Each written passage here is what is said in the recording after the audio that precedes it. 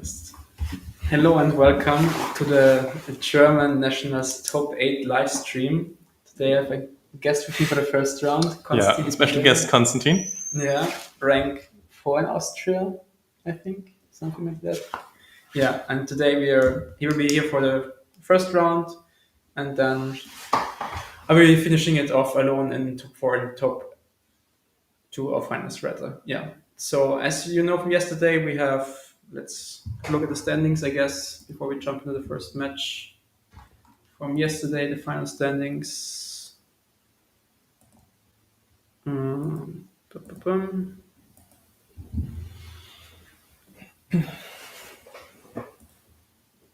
How are you, Konsti? I'm doing great. Slept more than 5 hours today and playing the qualifier which actually started right now. Yeah. But I got the bye, hence I get to stream. Yeah, so you can join us. So we see here, first place, Karl Meininger Mono Red, played against 8th place, Alpaslan. On Jeski control, it was 2-1 for Alpaslan, so he won against Mono Red. Then Maximilian Josef Penskofer, also known as Da Vinci MTG, on Blue Red Cauldron against Vincent Reiter, also on Blue Red Cauldron. Max won, so he is in the semifinals. Leon Schmidtke on Band Omni against Matthias Konacher on Vivi. Matthias won the 2-0.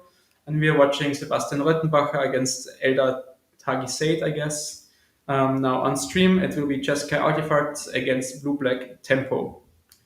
Who do you think is favored in this matchup, Konsti?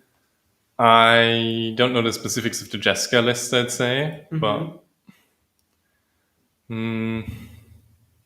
I would bet my money on the artifact stack, I think, this time. Yeah, we can have a look at the deck lists, I think, from yesterday. Let me get we have seen the blue black list already on stream yesterday. And it actually is open deck list now in the top 8 since we showed some deck lists on stream. So we decided to have everything be open deck lists. Here's the Demir deck list we saw from yesterday. I think it's pretty straightforward. One Mockingbird in the main deck, kind of spicy. One Stab acting for more instant speed interaction against Mono Red. 4 Beastbinders, so no bats, but Beastbinders instead. I've also seen the Strategic Betrayal main deck from all blue-black decks yesterday, so pretty stock main deck, I think. And sideboard also lots of counter spells in the sideboard. One Elegy Acolyte for the grindy games, I guess. Also looks kind of stock to me, I think. Yeah. Seeing the blue black list, there's only 2 Tidebinder, which I think is a key card in the matchup. As well as Disdainful Stroke instead of Negate, which is also not great. But he's countering that with Free to Rest and a Spell Pierce. Yeah, and also. And obviously the stock 2 Annals. Yeah. Those 6 cards will be key. So let's have a look at the Jessica list, yeah.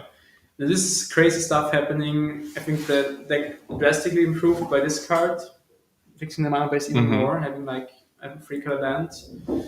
Let's see, Dusk Rose, Reliquary, that's removal spell, Ghost Vacuum main deck against the Vivi decks, Nutrium Block, that's also more of a new card. It's basically like food and clue combined, I think, in one card, kind of.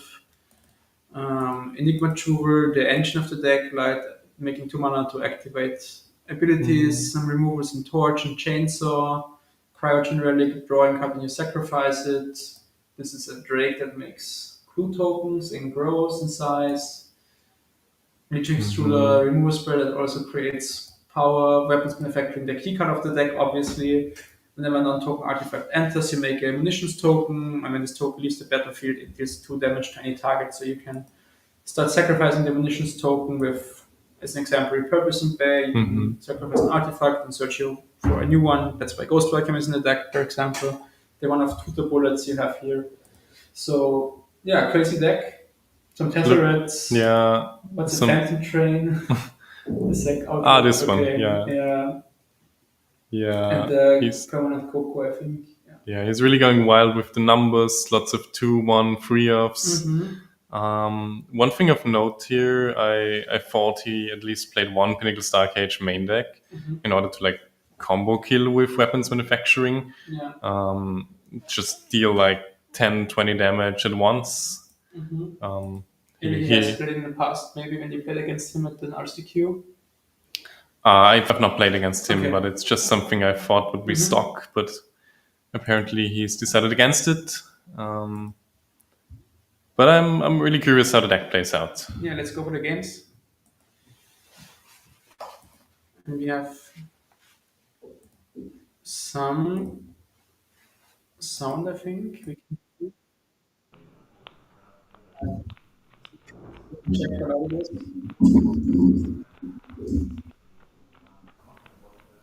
Yeah, I think it's pretty decent. You can see we can use a different method than my headset.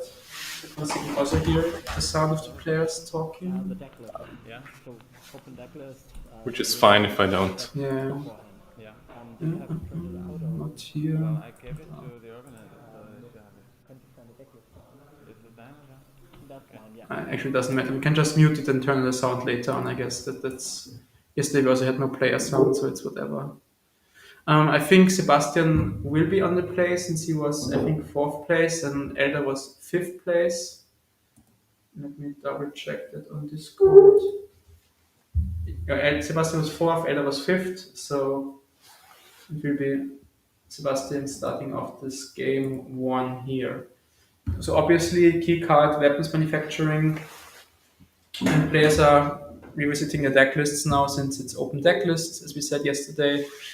Or actually, I said it today. Yesterday, we thought it was closed deck lists, but we showed some deck lists on stream, so the players decided, the judge decided that today we want to do open deck lists, since it's disadvantage for the 4 out of 8 players or 5 out of 8 players have been on stream, so they could get the deck list from the stream from yesterday. And so, Sense, yeah. so I had to be fair and square and do open deck lists, and I think players are ready to shuffle up and we can start any minute with the gameplay now. Mhm. I'm gonna check on the stream if it's working again, if it's like fine on my phone, or if the quality is crashing again as yesterday. So let's see.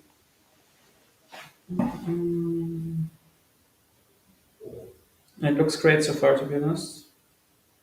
I think we fixed the issue overnight, so very Yeah. good.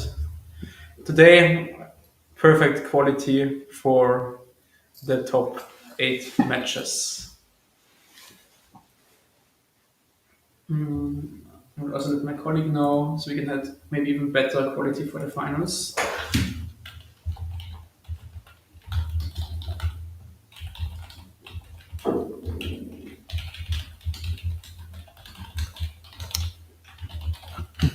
Players drawing the opening 7s now. We'll see if we get cubes on both sides, or maybe none.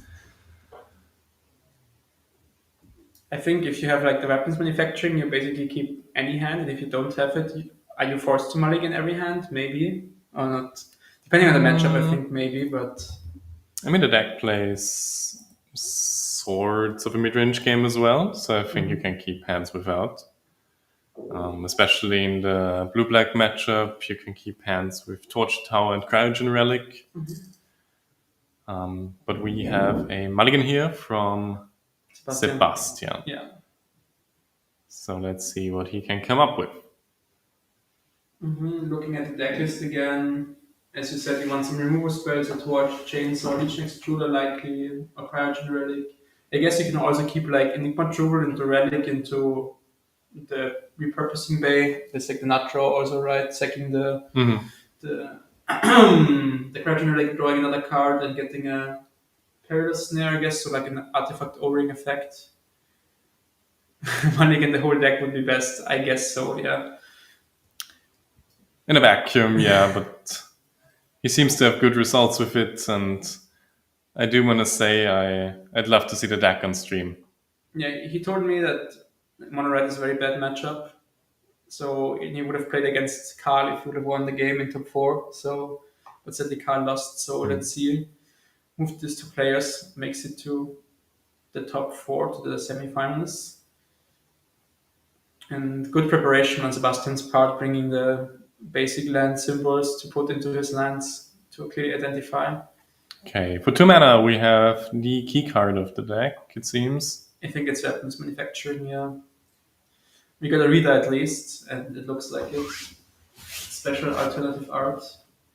I think it's the special art, yeah. Yeah. Let me double check, but nothing else really can play.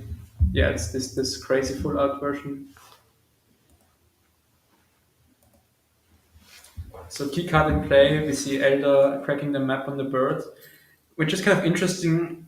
Yesterday we saw Elder against Leon on stream, so Omniscience against the Demon deck, and Elder kept 2 1-ers in the draw on 7 in game 1 and game 3, and kind of got punished by keeping the 1-landers and not finding a second land of the Spiker Siren. So, but keeping the creature on top, the Mockingbird, means he had a second land. It's tapped land. He does, yeah.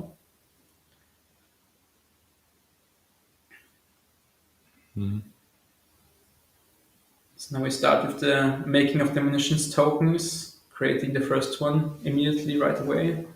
And you can't sack these on their own, right? I think it's just... No, you can't. Yeah. If they leave the battlefield, they deal 2 to any target. Mm-hmm. Now we fix the white mana and pass the turn, leaving up, I guess, Torch the Tower, which you can bargain with the token. It's such a nice synergy. Which is in hand and gets cast before blockers are declared. Yeah, to prevent Kite from coming down, obviously. Yeah. So we get to scry one of the bargain Torch. Looking for, I guess, repurposing Bay at this point would be the best draw. Maybe United Battlefront, also decent. What else? Maybe Cryogen Relic, of course, drawing cards. And we have a Preacher coming down.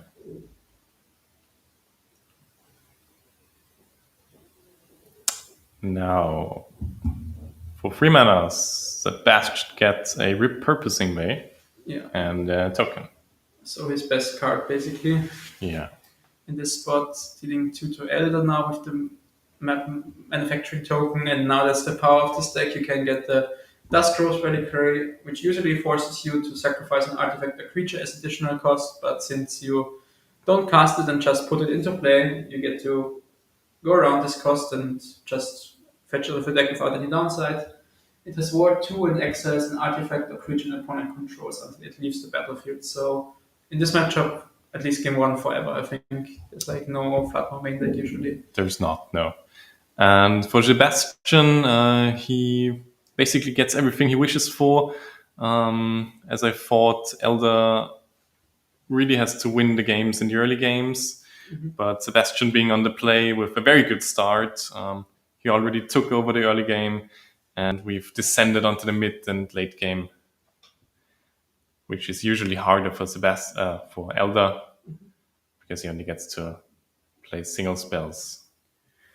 Yeah, I think this was basically the perfect dream start for Sebastian. I couldn't think of any better outcome of this game so far. I mean, if Elder has like a second creature to follow up on turn 2, likely it would be Kaito, but then you can just like, I guess, do like double weapons on the Kaito or something like that and shoot it down anyways. So we see a lot of skitter here. Is it a 3-2 or a 3-3? It's a 3-3. Okay. Yeah. But of note, there's already another Duskro's Reliquary in hand for Sebastian. So the answer is at the ready.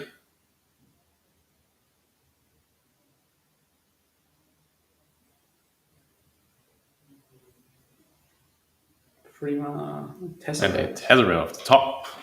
Ooh. It gets even worse. What do we get here? The third Reliquary, Nutrient Block maybe, not Module. Yeah, not the best targets, but... Swiftly cleaning the board.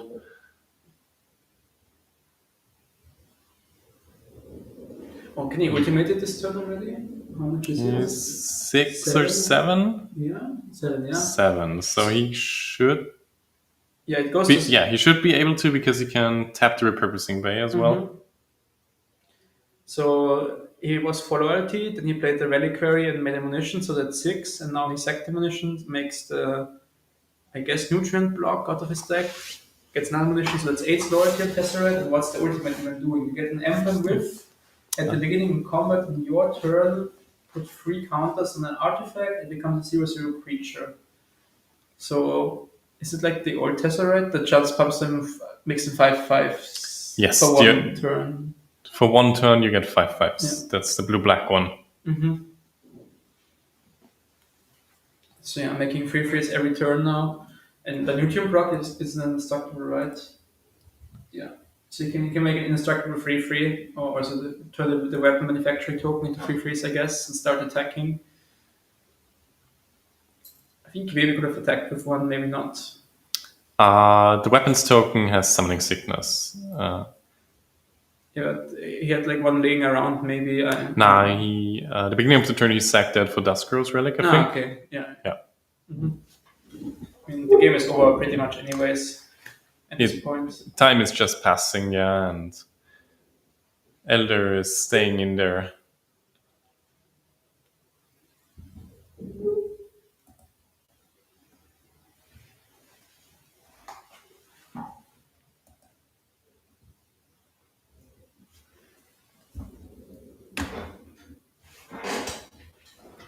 Elder thinking about his options. He's limited on mana also. I think it's like a 5th land. This is just a hard cast Kaito. Basically saying, okay, please attack Kaito and not me. I guess. The best he can do, yeah. We get another we get at least see another turn of the artifact deck going off, but that's about all. Sacrificing nutrient block this time, drawing a card. Searching for a 2 mana thing. Maybe. Oh, Cryogen Relic. Okay, so we're drawing more cards, I guess, then. That's fine. Making a new weapons token, hopefully. Yeah. See, Sebastian has probably played hundreds of games with this deck already.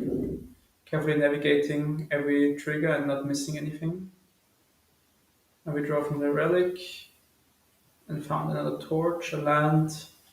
Shocking himself. Oh wow. I mean, it doesn't really matter at this point, but... And second manufacturing. Yeah, that's GG basically. I mean, it was GG already, but... We deal 5 to Kaito, munitions token, and torch the tower.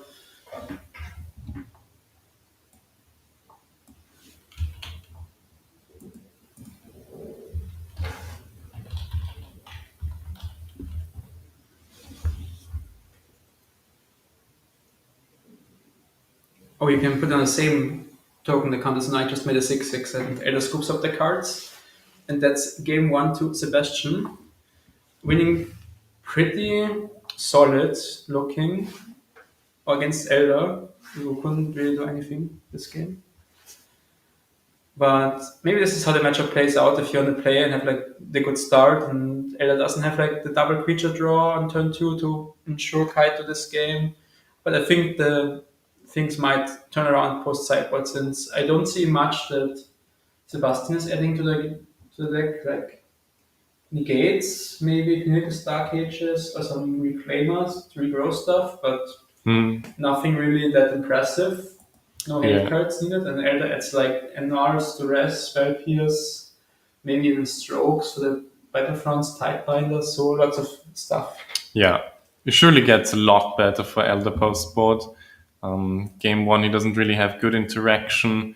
Most of Elder stuff targets creatures, which Sebastian has none of. But we see here, as Felix said, there's 2 EUL, 3 Duress, a Pierce, 6 cards already, a Tidebinder 7, and then that's about it. Maybe he's gonna fill up with some creatures just to attack. Yeah, maybe the Acolyte to draw more cards. It's kind of like a 5th curiosity effect, right? Yeah. Let's keep that, but also be like decent creating bodies. And you can remove likely all the removers. So you take out the step, you take out the trajectories, you take out the normal buys to shoot the sheriffs, basically. Which is already 7 cards. Yeah. So like no creatures in this deck, like none. Two of the Gleaming Drake, but Gleaming Drake, that's not that's it, yeah. a real creature in that sense. So I think we can speed up a little bit to remove some of the shuffling downtime. Yeah, Da Vinci declined feature match in top 8 and declined feature match in top 4 because he gets to play the final anyways. His Yeah, words, not mine. The brave man. Yeah. Yeah. So we have to wait until the finals. All right, we have game 2, opening 7s drawn. Let's Likely see. opening sevens, yeah. Elder should be on the play now. Maybe this time he can get a fast Kaito down. Let's see.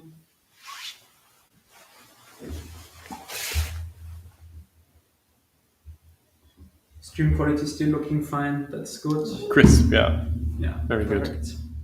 So it looks like we fixed the issue overnight. Sadly, we couldn't fix it yesterday, but we see a mulligan from Elder. So maybe too slow, no sideboard cards, and looks like a confident keep from Sebastian.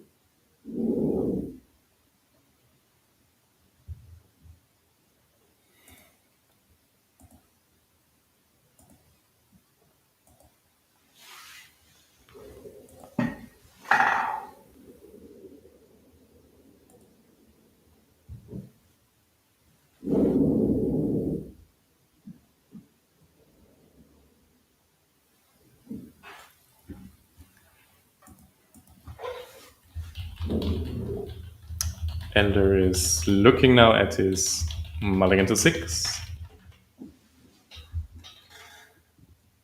Deciding to, what looks like, put his Spyglass Siren on the bottom and starts with a tapped Restless Reef. Yeah, makes sense if you don't have the antiplan on turn 1 that you don't want to play a 1-drop. Mhm. Maybe it's like a 2-drop he wants to play. That's Beastbinder. Shutting off the Enigma Jewel as early as turn 2. So that's also a good card we didn't see in game 1 from Elder's side. To turn off the Repurposing Bay. Sebastian is this time kind of clinching. He's starting with 2 starting towns and paying 2 life even for a blue-red card. So he's already at 17 to raise his on.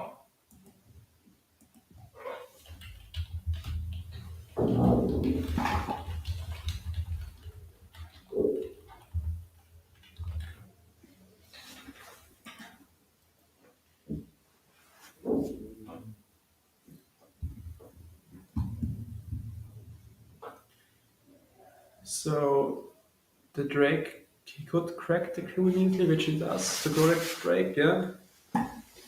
And now you can't block the Beastbind anymore since it's a Tulu Drake already. And the Enigma Jewel is now of no effect anymore to Sebastian. Ooh. Second Beastbinder. At least these creatures only attack for 1 point of damage, so they only get annoying if there is an Enduring Curiosity. Otherwise, you can, I guess, ignore them, kind of. No third land from Sebastian as well. Ouch. That's rough, yeah. I also saw a second Enigma Jewel in hand.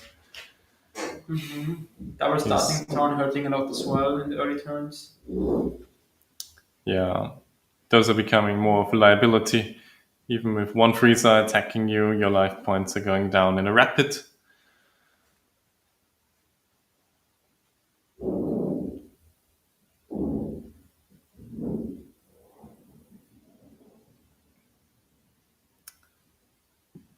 So No. I think I just saw a Kaito in Elder's hand. I'm not quite sure. The players, at least Elder's keeping his hand very close to himself. Sebastian's telling us a little bit about the cards. Like we saw Torch the Tower, we saw Duskos Relic, I think. Second Enigma Jewel. So maybe you can bargain that one later on. That's okay. I think Elder really is deciding if he wants to Kaito this turn, or maybe. I think if he had a land foreign Curiosity, I would always Curiosity at this point and simply draw 2 cards and start get going. No, yeah, turning both cards off. Attacking for 2, no Kaito though. He has a 4th land though, and decides to hard cast it, which arguably seems better. Tapping down the Drake though, I'm not quite sure if I like that. I mean, the Drake is a free, right? Since it's gets base power 2/2 and has a counter on it. It's a 1/1 base power, I think. But with Beastbinder becomes a 2/2. Ah, yes, of course. So it would be a 3-power attacker on the Kaito. And we have likely Ooh. the one tapped land. Yeah, Restless Anchorage.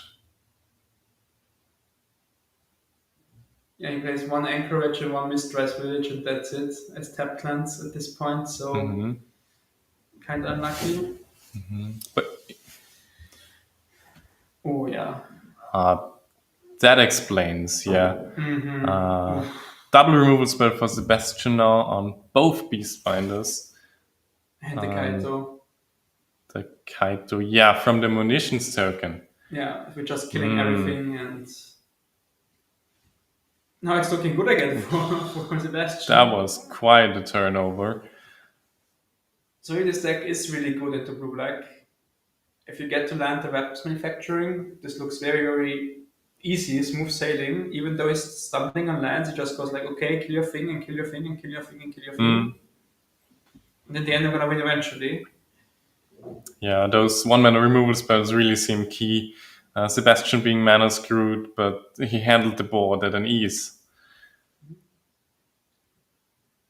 Here we see the comeback of Lord Skitter again, creating more rats, more attackers. Great synergy also with Curiosity, to be honest. Making so many attackers. And only one card left likely for Elder. And looks like one or maybe two.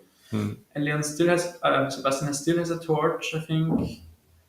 It's Halia, I don't know how to pronounce it, but crazy. Is this card also getting life and artifacts? Yes, artifact entering. Yeah, notably so. Elder has Shock the Watergrave in to keep 2 mana up, which potentially means a counterspell is imminent. Yeah, looks like negate. Oh, Franco. Buona serata. Ai, buona serata, Franco.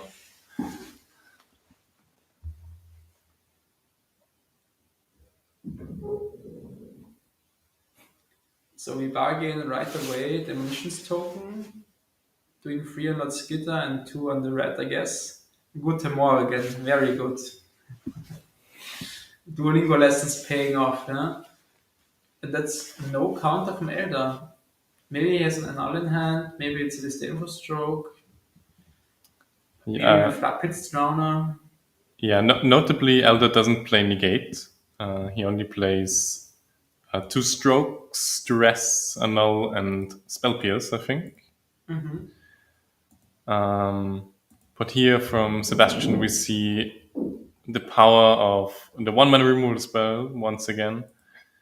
Just spending all his mana, keeping him alive, and transcending into the mid and late game. I think you can't see the standings from yesterday yet. They are not live yet. They will be published as soon as the top 8 has finished.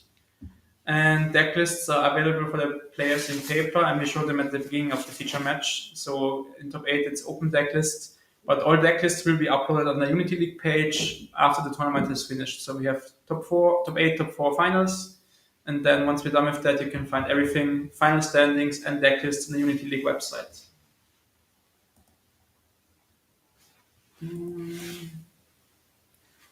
Game 2 of the final. Okay. So we see. Did we see a Flatpits drawn in the end step? I think so, right? Yes, I wasn't watching. It was a Flatpits Drowner, putting a counter on the Gleaming Drake. Now getting in the red zone with the Soulstone Sanctuary as well. I saw a very cool trick yesterday from Elder. He activated Flatpits Drowner on a thing with a stun counter, and then injured Kaito in. That's a clever play, yeah. You get to keep both cards, basically. That's nice. That's one you really need to know the rules of Magic a bit more in depth.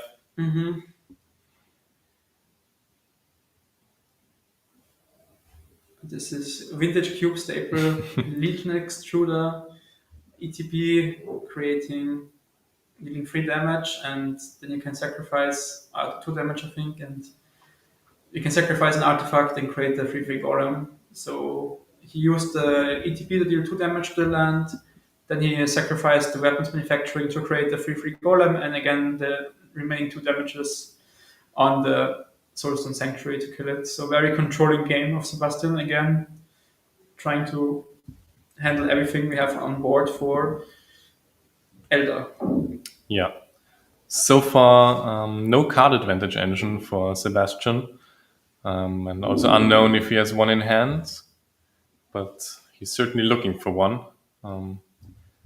Elder, on the other hand, doesn't seem to have too many spells in hand, since he activated the Manland in his main phase in the last game. And he's thinking now with, seems like 3 cards in hand, what is gonna be the play.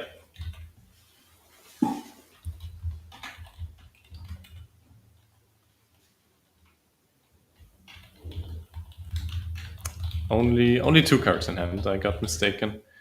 And a tap Watergrave and a pass of the turn. Not So giving up the block. Yeah, and not even leaving the block or trying to attack with the Restless Reefs. So there's likely a Curiosity or something in hand. And for Sebastian, he casts the Warped Halio for 3 mana. And there is the Curiosity we talked about. Oh, perfect. So, Elder draws, and I think it is a Floodpits Drowner, if I'm not mistaken.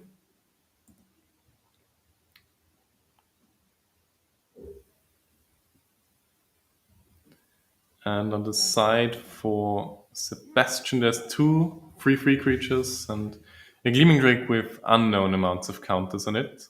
yeah, we've sacked at least like 3 artifacts this game, like 2 weapons token, I think, and the first Enigma Jewel.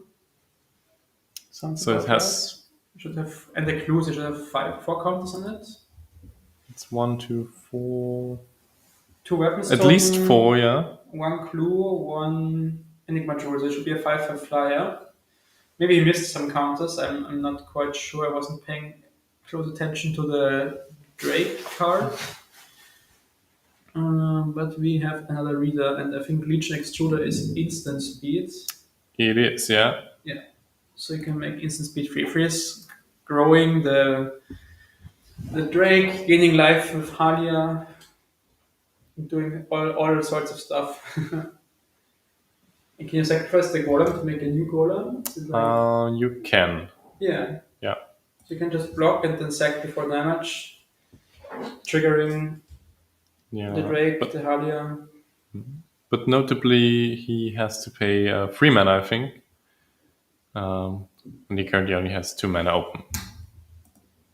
It's 2 and 10. It's 2 and tap. Okay. Yeah. Then I am mistaken. I know my Vintage Cube cards. The bad cards I always end up drafting, you know. Yeah. What Elder is thinking right now, he really wants to get hits in with the Curiosity to stay in the game. And he's now considering and tanking if he has any chance to get a hit through in this combat step. Maybe he wants to trade off 1 Restless Reef for the Drake, which should be a 5/5, but he just passes the turn. Maybe he just drawn another Flash Flood, so... Yeah, he has drawn another Floodpits Drowner. Okay. And Sebastian doing the same thing, growing his Drake by 1, gaining 1 life. Recycling the golem, kind of. In a sense. Yeah. Or another Legion Extruder, but it's a relic. It's a relic, yeah. So now card advantage engine is coming. It would annul. I see. So that's why he didn't want to tap out in his turn. It makes some sense. Basically, both players did nothing on their turns. Somewhat nothing, yeah. Sebastian's board is still like steadily growing. Gaining life every turn, at least 1. Growing the Drake for 1 every turn.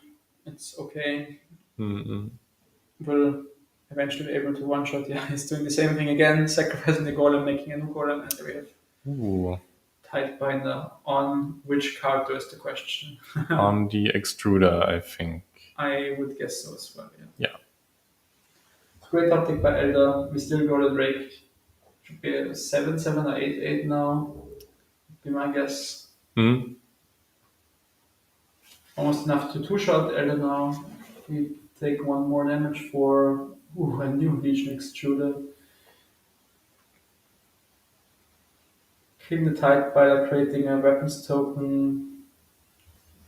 You can make a new golem in the end step. With the weapons token, deal 2 face, I guess, then already. You should gain one with Harley as well.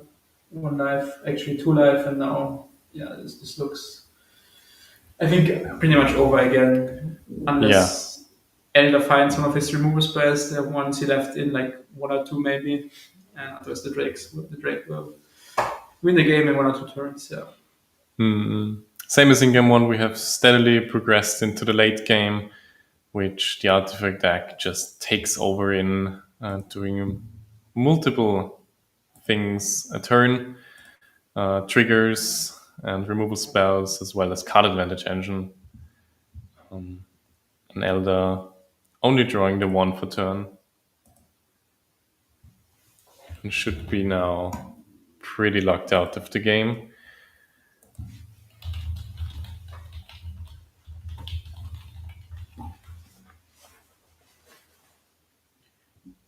Let's try to get Sebastian Favina's interview after this game, and then we can talk about him, about his crazy deck. And Elder milling himself now is this desperation mode.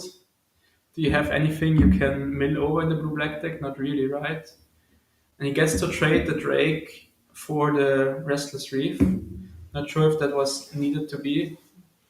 You can just like take it or jump up with the golem and start attacking with the Drake. It has flying, right? It should have flying, I feel like, yeah. Let's double check, but Drakes usually have flying. Yeah, it has flying, okay. Yeah, kind of an unusual block for Sebastian. Obviously, his playstyle is just outcard advantage Elder, Yeah. but with the Drake, he could have even stepped into combat. Now we have warped in Astelli Reclaimer. That's a 5 mana 5/4 flying with warp 3, and when this creature enters, you return target non-land permanent with mana value X or less from your graveyard to the battlefield. The X is the amount of mana spent to cast it, so he gets to return something with 3 or less. In this case, it was the Cryogen Relic, I think. Yes, a play which I've done multiple times in the limited format. Oh yeah, that sounds insanely limited, I guess. You roll the relic, and I think that also was like 3 triggers, right? The Ancient, the relic, and the weapons on Halia getting 3 life. It means he gets to draw a card in the end step already. So completely outvalued Elder this game. Yes. Yeah, he points out the card draws 1. The Reclaimer goes back into the exile, ready to be played again next turn maybe if you draw a 5th land. And I don't think there's much Elder can do. At West draw would be likely another Tidebinder. Now I'll try to get him with the Curiosity and then Tidebind the Golem trigger, the Golem creation, I guess.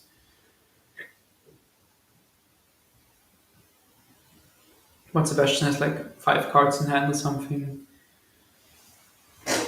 So this game is, I think, over pretty much. Yeah, just have a pass, so... Yeah, Elder is going through the motions.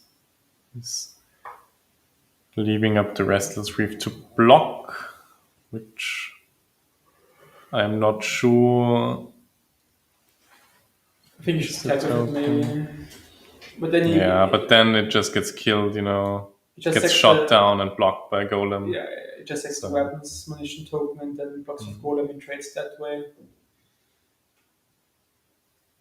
Now, we're already shocking in ourselves for black mana. Do we see Phantom Train being hardcast now? Or what will it be?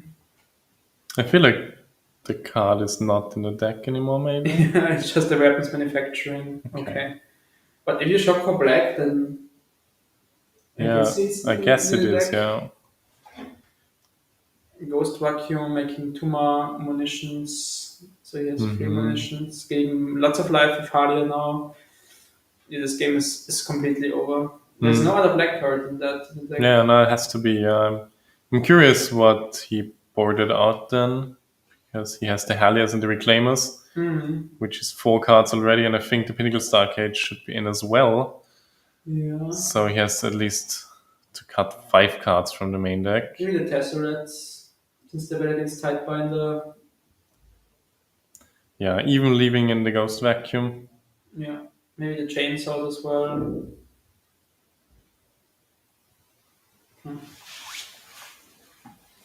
Yeah, not quite sure. I think all 4 torches for sure left in the deck. It's the best card against the blue-black deck. We get the Golem train going. He starts to attack. These are 3/3s, right? Yes. Because there's a dice on them. That's what I'm wondering. I guess it's just the number of golems. Maybe. And we get the extension of the hand. Elder shows a spell pierce and another restless reef. That's GG. Sebastian advancing to top 4 with his Jessica Artifacts deck. Yes, he's now waiting on the opponent of the match Karl, I think, versus... The Jessica player. The Jessica player wasn't Alpaslan, so he's playing against the Jessica player. Let's try to get Sebastian on stream for an interview now before I start with the finals. So we will be right back in a few minutes with the semifinals. It's already finished. We're starting finals now. With like on the live gameplay, we're starting the finals now. But we will take a look at the semifinals and then the finals. So enjoy. Let's say 5 minute quick break.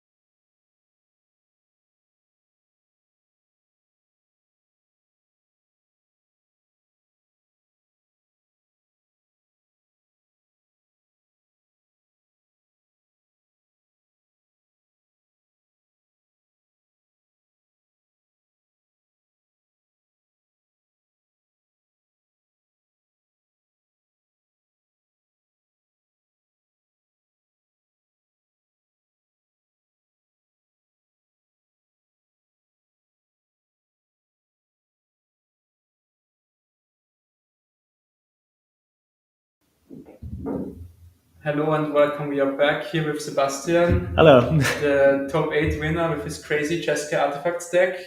You want to tell us something about the deck? And congrats, of course.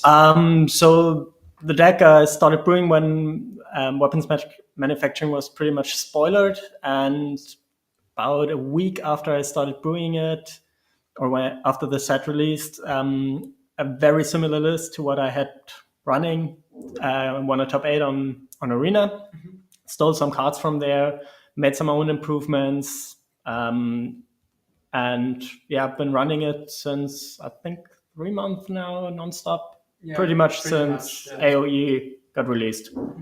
I've seen you around the RCQs doing well with it. Yeah. Making top 8, I think, at least once. I played 2 RCQs and top 8 at one of them, yeah. And I made Nationals top 8, so Yeah.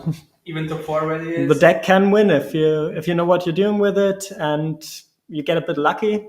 It's kind of reliant on a certain card in it. The manufacturing card is very important, and in many matchups it's Camera's trying. Yeah. In many matchups it's essential. So but really it's a fun deck. It has a lot of lines, a lot of thinking to do. Oftentimes have to think 1 or 2 turns in advance. What do I want to tutor? How can I set up a lethal? Do I need to close the game? Can I play it slow? But yeah, kind of, I would say, a fun aristocrat artifact control deck. And do you mulligan any hand that doesn't have weapons manufacturing in it? Or is it like the key card you have to have it? It's not completely essential, but basically you're looking for either weapons manufacturing, early interaction in the form of Torch to the Tower, and your card draw with Cryogen Relic and Nutrient Blocks. Those are the 4 key cards.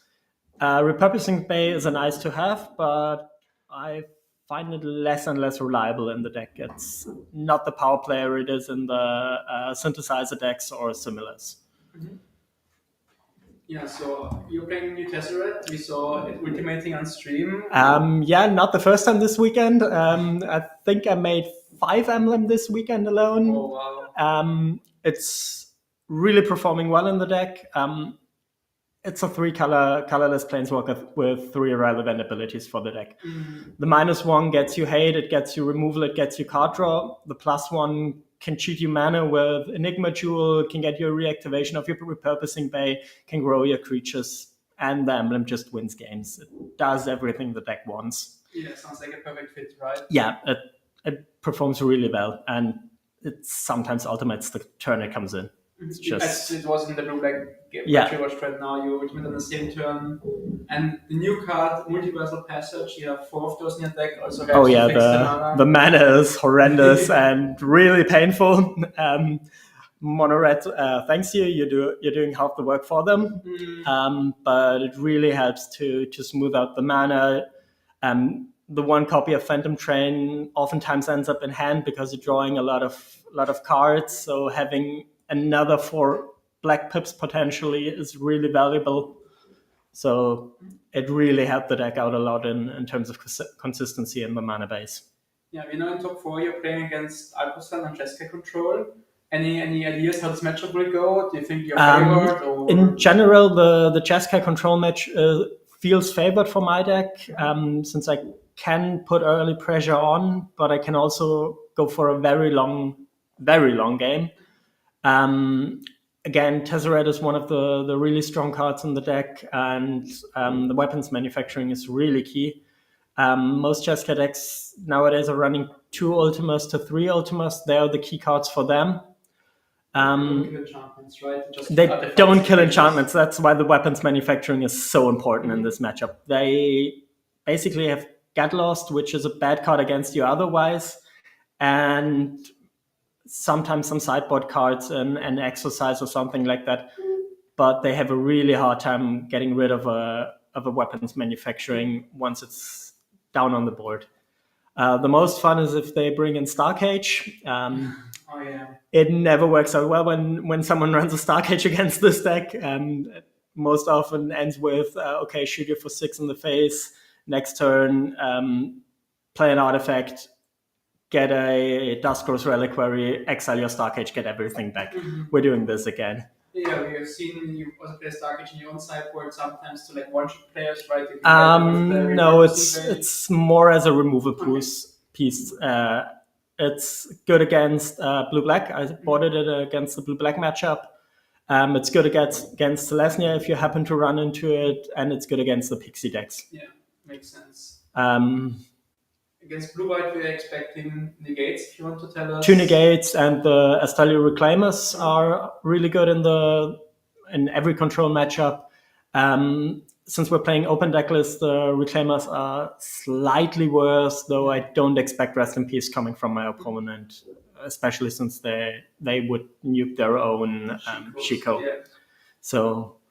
Okay, thank you for the interview. You're welcome. Do you want to do any shout-outs, maybe? With a friend or a parent? No, not really. Okay, and good luck in top 4. Thanks. Maybe see you again in like an hour or so. Yeah. Best of luck. Thank you. Thanks for having you, I guess. And see you. Okay, guys, perfect. You can just leave. Thank you. Okay, that was Sebastian on some insights on the crazy Jeskai Artifacts weapons manufacturing deck. Really, really cool insights on his part. And we are ready to watch his feature match now in the top 4 against Alpaslan on Jeskai control. We've seen it multiple times yesterday already. I will quickly show you the deck lists again. So we have the deck list from Jeskai Munitions by Sebastian. Looking at it again, as we talked about, we have 2 Tesserats in there. We have the Legion Extruders, the Geodrakes we saw last round, the Phantom Train to kind of sacrifice all the artifacts and one-shot the opponent with the munitions tokens. Important weapons for manufacturing is the enchantment, so it doesn't die to Ultima, but Get Lost kills it. But the good thing that I wanted to say is that Get Lost doesn't kill the other cards since they're all artifacts. So I'm really excited for this Jeskai control matchup. We have some Reclaimers, some Negates, as he told us already. And let's have a look at the deck list from Alpaslan was his name, I think. Yes. We have Jeskai control here again, 61 card main deck special, featuring, I guess, Riverchurn Monument, the 61st card in his deck. Pretty much 3 authorities of the consoles he'll use to win against the mono-red deck. We have 3 steps ahead, Counter Magic, Constore to draw cards, Get Lost and Lightning Helix as his prime removal choices, Normalize, some more cheap interaction in form of Counter Magic. Going to the more expensive spells, we have 1 Rediscover the Way as kind of a card draw engine, and I think you can give Double Strike to Yashiko as a way to close the game. Some split ups and sweepers, Day of Judgment's Ultimas, more stock ups as card draw, and then the big finishers in Shiko, in Marang River Regent, and in the Jeskai Revelations, creating bodies, bouncing spells or permanents, killing things, doing everything this card basically, gaining life, drawing cards. Does everything for 7 mana you wish for. And only 1 Ultima. I think when Sebastian sees this, he will be quite happy that there is just the 1 copy of Ultima in the deck. Even in the entire 75, there's only 1 copy of Ultima. Looking at the sideboards already from the Jeskai control, like we have 2 Abrades, which for sure will come in since they kill all the artifacts. Same for Exercise, dealing with the weapons manufacturing and basically every card in Sebastian's deck. We have 2 Negates, some Counter Magic to counter key spells, of course. Sebastian talked about Rest in Peace, but he doesn't think that the Jeskai player will bring them in because they cut off their own Shiko. Maybe Voice of Victory as like an early aggressive tool, but I don't think so. Clarion Conqueror, another key card, shutting off all activated abilities of artifacts, creatures, and planeswalkers. So an amazing tool against the artifacts deck. And of course, as we already talked about, the Tishana's Tidebinder, shutting off artifacts, countering abilities, and so on. Yeah, so we have a lot of, I think, game 1, maybe with only the 1 Ultima, should be in Sebastian's favor, as we talked about right now. Only 1 Ultima, that's the really annoying card. Postboard, though, I see lots of things adding up from the side of Alpaslan. Many more removal, better interaction in the stack, better artifact interaction and on the stack with the abilities countering or countering the abilities or removing even all abilities with the Clarion Conqueror and Tidebinder. So excited for these 2 to 3 games and see who makes the final. I can already spoil one result of the top 4. It was Matthias Kornacher on Vivi beating Maximilian Penskova 2 games to 1 or 2 games to 0. I don't know, but unfortunately, our friend and hero Da Vinci MTG lost in the semifinals, and Matthias Kornacher will play against the winner of either Sebastian Röttenbacher or Alpeslan Aya in the finals. So let's get back to some nice magic. This is still the semifinals, but don't worry. I will give you the next game already. Semifinals game 1. Let's go. Players are reviewing the deck lists. Now we also can have some commentary from the players as well, some how they talk about it. Since I'm alone now, Konstantin is playing the round 2 of the tournament, and I will get to hear them on my headset what they are talking. Please let me know in chat if you're here. If it's too loud, what the players are talking, if they're too loud, I can make them a little bit reduce their volume a little bit. So please give me some feedback if you hear them talking. Alpaslan is checking all the cards and reading through the cards, so not very familiar with the deck. I think we can skip a little bit until they start drawing opening hands. Yep, so they're shuffling now, and Weapons. Wenn ich eine Weapons früh genug im Spiel kriege, weil die aktuell nicht. And Sebastian will be in a play. He was 4th seed. Alpaslan was 8th seed. So Svenja gives a not too loud. Okay, thank you, Svenja. So I think it's okay. We can leave it like this. Ja, ich kann safe gehen, aber erstmal kann ich hier komplett das Board kontrollieren. And we hear Sebastian talking about how he won the quarterfinals against Blue Black. He can go face with the munitions token, but he just handled the entire board of the Blue Black player and then won eventually sooner or later. Ich glaube, ich halte die Hand. Ich gebe mal auf dann. Jo. Jo. So Matthias starts the game off, Sebastian starts the game off with his blue-red Verge, and Alpaslan surveils Jessica Revelation into the graveyard. I think we have seen that 3 or 4 times already on stream this weekend, him surveilling the Revelations. And Multiversal Passage, the new land, is also a mountain as the basic land type, so it will make blue mana for the Verge, or the Verge will make blue mana now. Here we see again the Gleaming Gear Drake creating a clue token. So the first piece of value already acquired. Also for Alpaslan, he has perfect mana now with his own Verge. Sebastian sacking the clue before combat damage to draw a card and get in for 2. And then he's playing a nutrient block, and Alpaslan has to read every card now, I think, since it's quite the unusual deck to play against.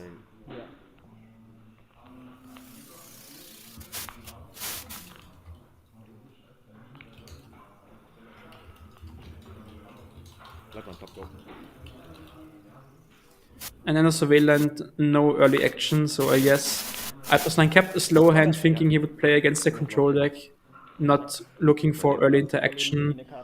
Cycling a nutrient block, like it's food and clue together for 3 mana, so 1 mana to play it and 2 mana to sacrifice it, drawing a card and gaining 3 life.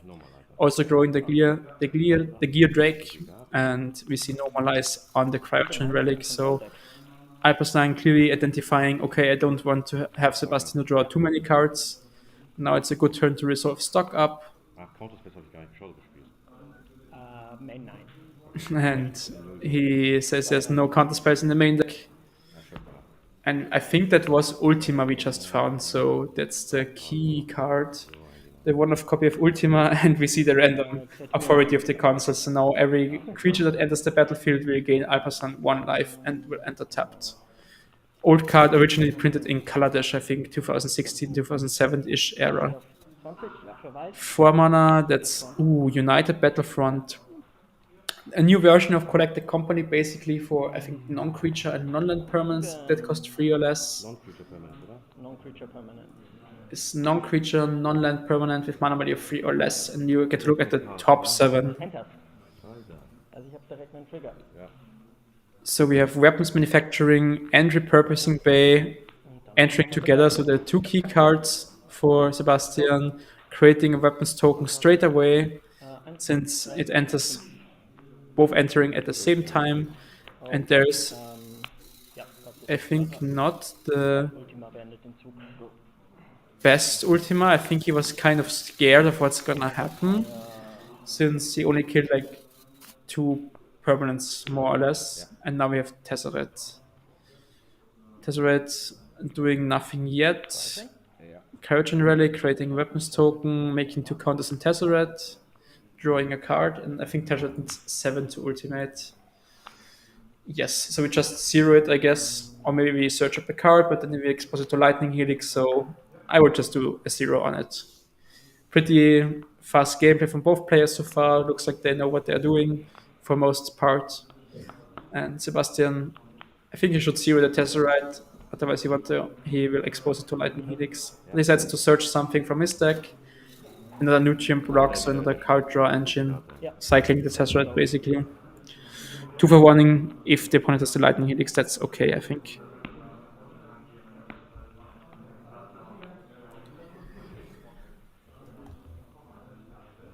And now the one of Ultima is already gone, so I don't know how much Alpaslan will be able to do this game. He needs to draw a Get Lost soon to kill the munitions, but or the artifacts.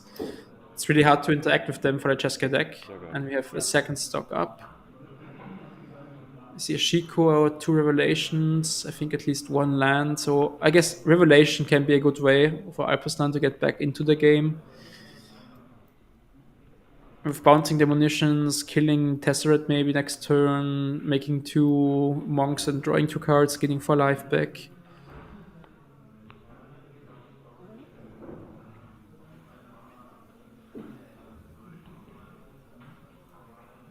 And as soon as this Tesseract reaches 7 loyalty, it will ultimate and create a 3/3 every turn, so an infinite amount of pressure or threats that Alpaslan has to handle. Dann go. Ciao. Spiel mal meinen Nutrient-Block. There's the nutrient block, creating the weapons token, creating 2 counters in Tesseract, so up to 5. You see a torch in hand, at least 1 torch, 2 mana. Probieren. Is it Chainsaw? Sollte man normalerweise drauf haben. Ja, ist okay.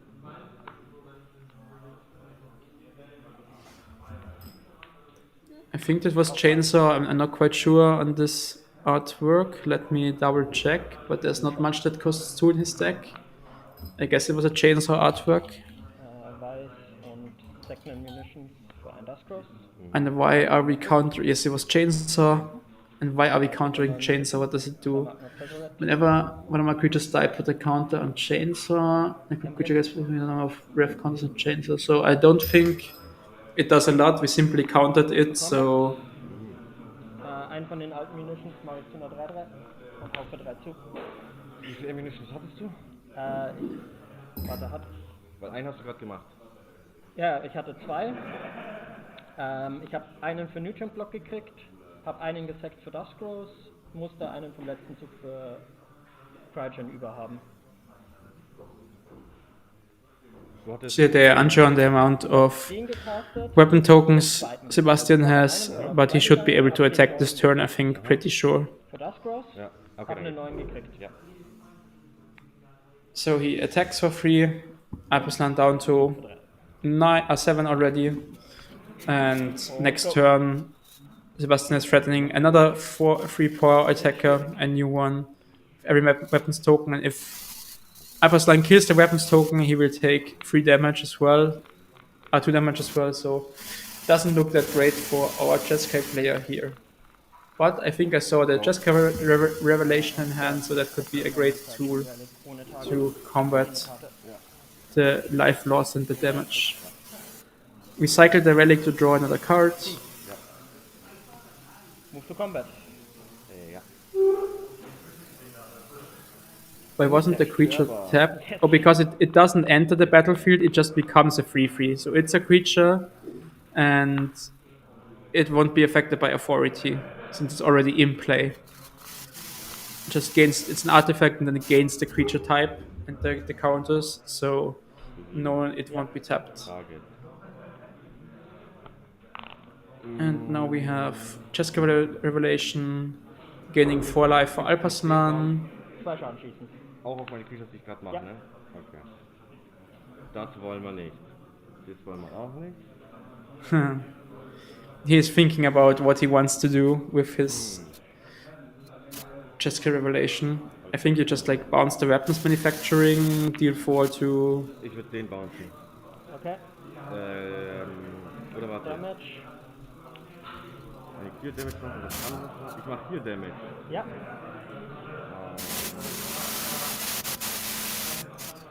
Den bounce ich dir. Okay. Und 2 Karten Fighting. Okay. Und 4 Leben, ne? Ja, 4 auf 11. 2 Monks. Bevor du in Blocker gehst,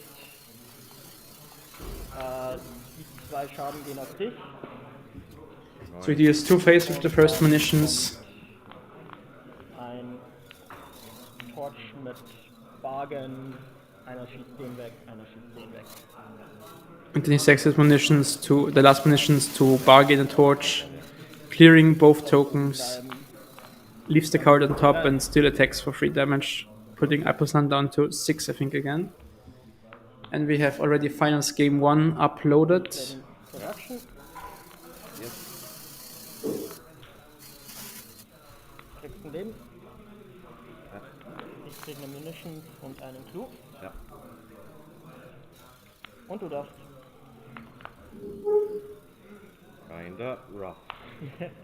We hear Alpaslan saying kinda rough on the matchup. Another gleaming gear drake joined the party, creating a clue token.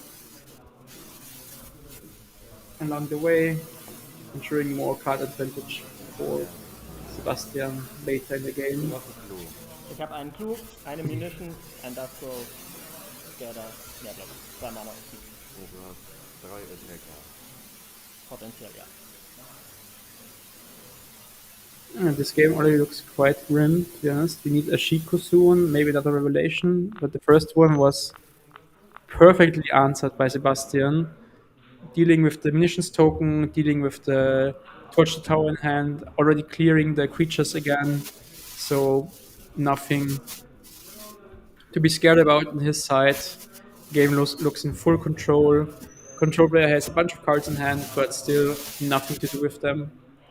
Mostly, I guess, lands, counter magic, whatever. We are deep in the tank here. Looking at the graveyard now. And also the nutrient block is a indestructible creature, so we can't kill it with our lightning helixes. The Duskros Relic will have Ward 2 as creature as well, so we have to be careful about that. We don't kill the Duskros Relic without being able to have the mana for Ward 2. And there is Shiko, our Lord and Savior. Casting stock up. Okay, so that's. I think if you're in Sebastian's seat, you're really happy about the stock up because I don't think there's any other spell in the graveyard, to be honest. But also not really affecting the board for 5 mana, making a 4 power creature. But Sebastian can next turn put 3 more counters on the nutrient block and attack as a 6/6. So Desert Emblem can also target creatures that are already artifact creatures, not only new artifacts, so you can make a 6/6 indestructible out of the nutrient block.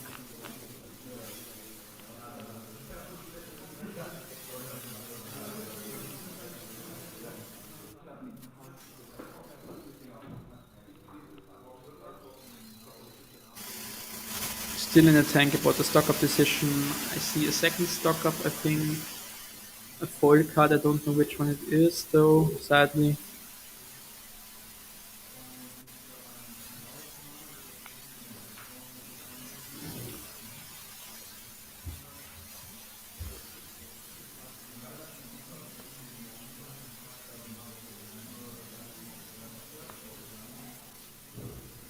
Doppeln.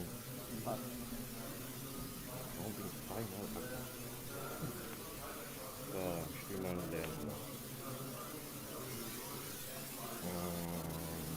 Dann die Felsen. Ich würde mal meinen Spiel sacken. Krieg eine Marke, ziehe eine Karte. Ja, direkt was da oben ist. So, Sebastian sacks the clue in the end step, puts a counter on the gear drake, Upkeep. upkeep towards the tower. Munitions target. That's 5 damage, or that would be 5 damage on Shiko already. Karten? Eine. And of course, scrying in the upkeep. So he looks for a good card and then decides to scry it to the bottom or keep it on top, depending on if he wants to draw it or not. 3 kommen dazu für Tezzeret Emblem. And this could be Nicht gut. Hyperson thinking about countering. But we already have 6 power in play, so really if he counters this, he is like dead on board, kind of. I think in both cases, if he counters it or doesn't counter it, he's almost dead on board, so yeah. A lose-lose situation, lose-lose situation for the Cheska player. Counter die denn. And he decides to 3 steps ahead, counter the torch tower. Go for turn. Sebastian is drawing for turn. I think it was a blue card, so it might be a good card. Is it a Cryogen Relic? No, it's a second copy of Weapons Manufacturing. And... Ooh, Cryogen Relic. That draws a card, makes 2 weapons tokens. But thankfully, it doesn't tap down the creatures. It only puts stun counters on the creature. So Combat. Ja. puts 2 more counters on the 3 more counters on the nutrient block, attacking with the 6 power indestructible creature. Das ist eine 6-6 aktuell, also du kannst Indestructible theoretisch 6-6. leben. Yeah, you have to jump block it with Shiko. Bye bye. Yeah, we see on Alphason's body language how unhappy he is with this game. Now you can't. Now Ultima would be great, but even then you still have the nutrient block and everything. So yeah, Wer weiß. Tezzeret Emblem looks pretty insane against the control deck. Just having another authority of the consoles, no creature, no blocker. Move to combat. Ja. I mean, this Target. Also Target. looks like Cheska Revelation in hand. I think Kannst so. du ein Artefakt sacken? Hier. Das könntest du sacken, oder? Ah, shit. Ja, das kann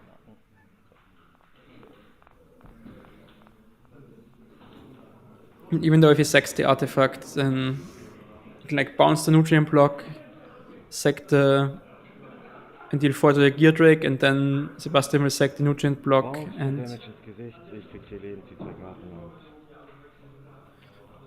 aus. 4 damage face, 4 Leben for Alpaslan, drawing 2 cards, making 2 monks. And now we Block. attack for 6, 1 monk dies.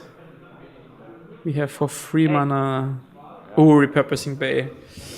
Now the fun stuff begins. Zieh eine Karte. Hol mir eine Sacking relic, drawing a card, getting a new repurposing bay. Can you do that? Bay. Krieg 2 Yeah, Token. bay into bay, making 2 munitions. Aktivier Bay. Sack Bay. Aus diesen 4 Mana, du. Hol mir den Train. Schieß dir 16 Train and oh, nice combo finish. Repurposing bay for repurposing bay, and then sacking the old one to make the train and kill the opponent by sacking all these munitions tokens and dealing 2 damage for every token sacrificed. So I think the train is called Phantom Train, and it reads, it's a vehicle with trample 4/4, and sacrifice another artifact or creature, put a counter on this creature. It becomes a spirit artifact creature in addition to its other types. Any Drei. target? 3. So we saw him basically getting this train here at the end, and then just flinging, this looks like 6 or 8 munitions token face, so it would be like something between 12 and 16 damage face here. And he even gets 2 more from the train, I think. So pretty commanding game 1 win from Sebastian again. And we are ready immediately to jump into game 2 of the semifinals. Ah, da habe ich ganz gut stabilisieren können. Und Game 1 ist We have some more talking again. Und der We skip the shuffling a little bit. And we see Ich gebe. Hypersline keeping his 7-card hand, Halt auch. Sebastian keeping 7 as well. Land into the graveyard with the Surveillant. We are off Ich fang of mal the auf races. an und du darfst. Tapped Multiversal Passage on blue. Again, great preparation on Sebastian's end with the mana symbols. I see a Tesseract in hand. Ein Relic. Static Town trying to play Relic. This should resolve since it just draws 2 cards. You never really want to fight about card draw spells anyways. Negate. Und du darfst. And he gets the negate. Wow, I would be happy, to be honest. Ah, sorry. Darf ich? Mir egal, kannst du. Ich muss das Starting Town legen. Ein Relic. Hat es wirklich eigentlich von Schaden gemacht? Ne, weil ich blau hab. Okay. Second Relic. Komm. Trigger. Now it resolves. Oh, Tidebindering the ETB. That's nice. Yep. We're off to the races for Alperslan now this game. I like this start way more of him. Rotes würde ich Quatsch drauf schießen. Oh, Sure. but why don't you do that? Dann dein Turn. You could have sacked the relic in response to the... I mean, no, the relic is free again, so it doesn't matter. Whatever. Tesseract. Doesn't matter, there's Tesseract. Do we have any counter magic? Yes. 3 steps ahead, countering Tesseract. Land number 4. Who won the first? Ah, yes, it's not shown on the video. It's the guy who does the videos. Sebastian won the first game in the end. So Sebastian won game 1, and it's 1-0 for Sebastian. Thank you, Svenja, for pointing that out. It's not shown on the overlay, unfortunately. Now they fixed it, see? Now it's there. So Sebastian won game 1 in a pretty commanding fashion, beating multiple Chess-Kai revelations in the end. And this game also looks very promising with Tesseract. If you don't have the get lost now as control player, I think the Tesseract will just run away with the game, but as I speak about it, there is the get lost, creating 2 map tokens. And back to the artifacts player.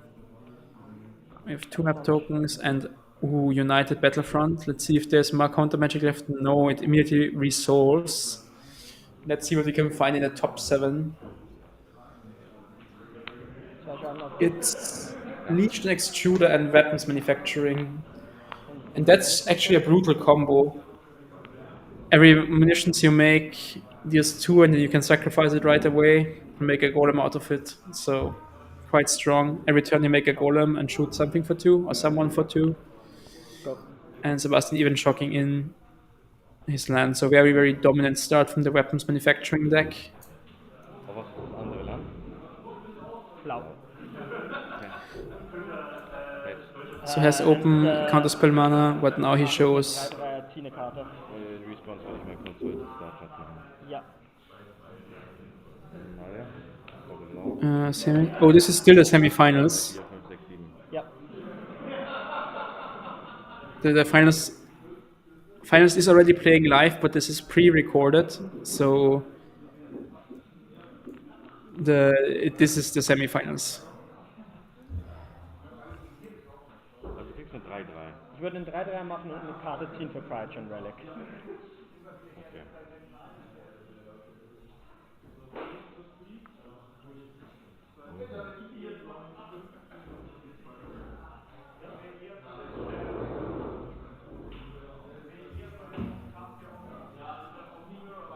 Dann go. Also ich kriege einen 3-3 und ziehe eine Karte. Ja. And we have a end step, consult the star chart in response to the Legion Extruder activation, trying to look for a Tidebinder. And here we see the first golem being made and the map cracked on the golem reveals a repurposing bait that for sure stays on top. Keine Ahnung. I think that's like one of the best cards in the deck. Ich würde noch eine Map cracken. Ja. Cracks second map, makes it a 5-5 golem and Combat. 5. Geh auf 3. tries to attack for 5. Alperslan down to 13. And now, if the Lightning Helix is likely not in the deck anymore, this might be Restless, ja. a golem that's gonna win the game sooner or later. Like the Reaping Control Deck. Sebastian saying, "Oh, I'm a control deck because I'm playing Manlands as well." Quite funny. And now we can get the second another munitions token, dealing 2 to Alpaslan, making another 3/3 golem in the end step, and there's Shiko. Yeah. What do we have to flashback with her? Or with them? Is it a stock up already? Do we have something better? I get lost maybe again on the golem, but that's not gonna work out in Alpaslan's favor. Maybe I get lost on the weapons manufacturing could be nice. We just have a Yeah. consort looking at 7 cards. That's okay. Better than stock up at this point, I guess. Digging deeper.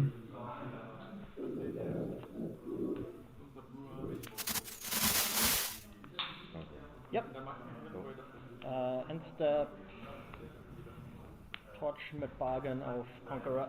Ja. Ich ziehe eine Karte von Nutrient Block. Ja. Hab einen Scry. Ja. Bleib top. Dann gehe ich in meinen. Du bist auf 13. Dann Draw for Turn. Ja. Handkarten 3, oder? 3. Combat. So we select the nutrient block to draw a card. 5/5 Shiko jumps into the way of the Go. golem already. Kind of funny.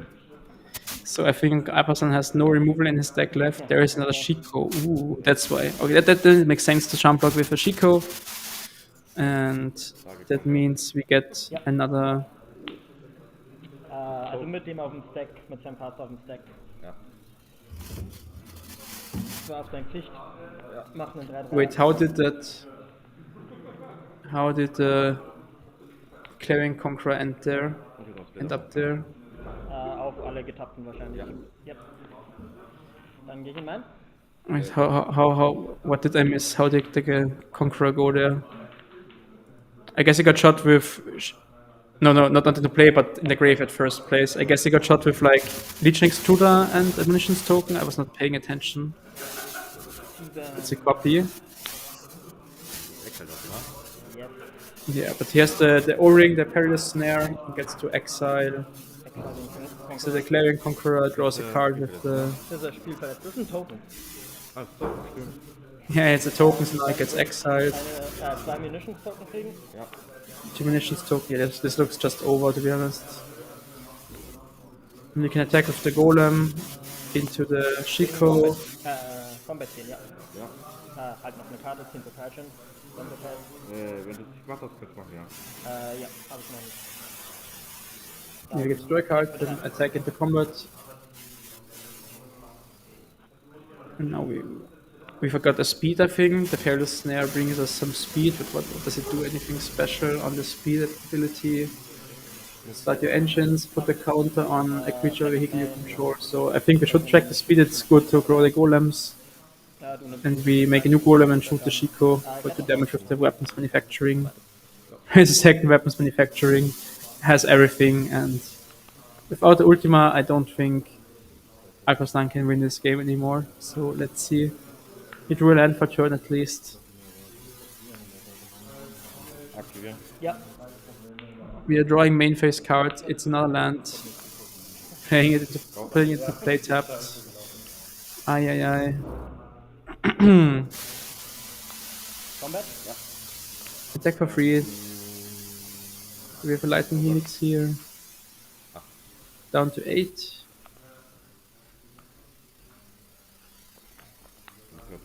Free mana. Repurposing Bay. Dann gehe ich hier auf 3. Make 3 munitions token. Aktiviere Bay.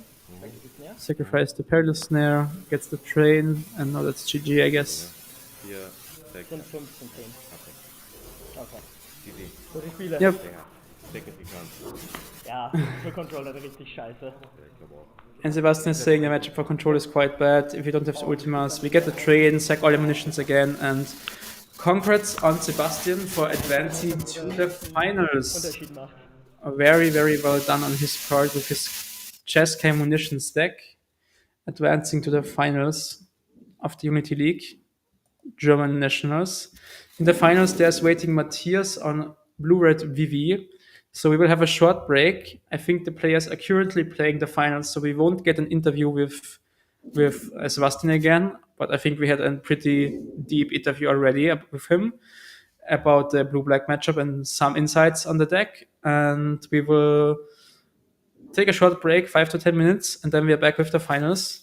I see here on my scoreboard that game 1 has already finished of the finals, and they are currently playing game 2. So don't go away for too long. Stay here, get maybe refresh yourself with a drink or something to eat.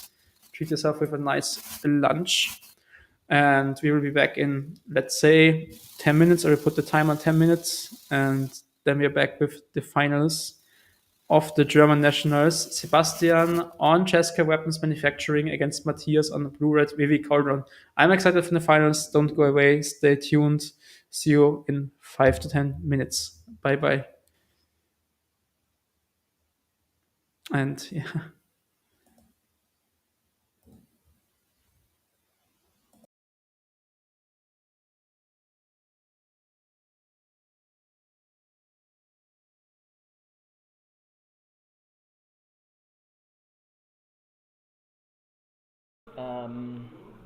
Are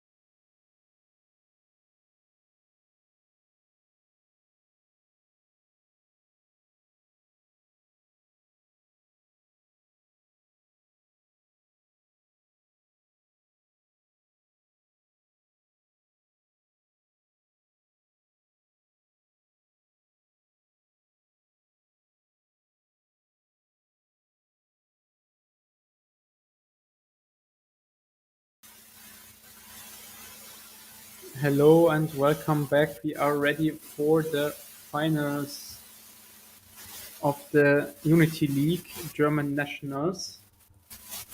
We have Sebastian Röttenbacher on Cesca Munitions playing against Matthias. Let me get his deck list. Matthias Kornacher, Melero, playing Vivi Uvo, so Blue Red Vivi. Let me show you both lists on stream and then we'll jump right into the finals. I think we've seen the Cesca list more than enough, so we'll just focus on the Vivi list now. We see here pretty stock lists, 2 Multiversal Passage, 1 Soulstone Sanctuary, 1 Thundering Falls in the land slot, only 2 Torches, 2 Abrades, full 4 Vivis, full 4 Cauldrons, basically mono 4s in the main deck, 2 Quantum Riddlers. For the sideboard, the remaining Riddlers, we have some Unable to Screams, Torch the Towers, Spell Pierce. For this matchup, Annuls, Pierces, Strokes, Negates. Yeah, Quantum Riddlers moving into a more controlish role, maybe. I'm excited for the finals. We are waiting for the players. The players are waiting for me actually to finish with the video. That's the funny thing, because we already know who the winner is. And let's start with game Bei 1. Fragen. Players have the opening hands. We see Sebastian on the, I think, left side again, and Matthias on the right side. Ich würde halten. Ja.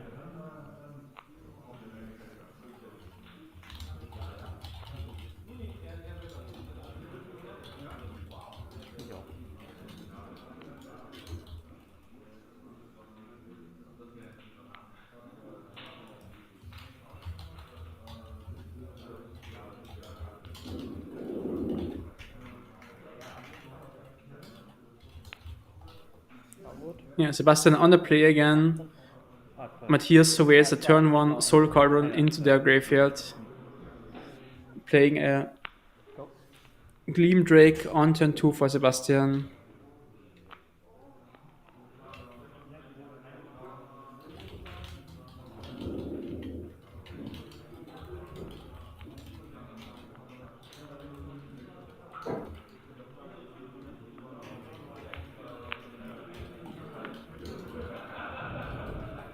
So. Ja. And we see a second Soul Cauldron from Matthias. That's why they made the first one. And the Restless Anchorage for Sebastian, getting in for 2 with the Gear Drake after drawing a card off the clue. So again, Cesca artifacts applying some pressure.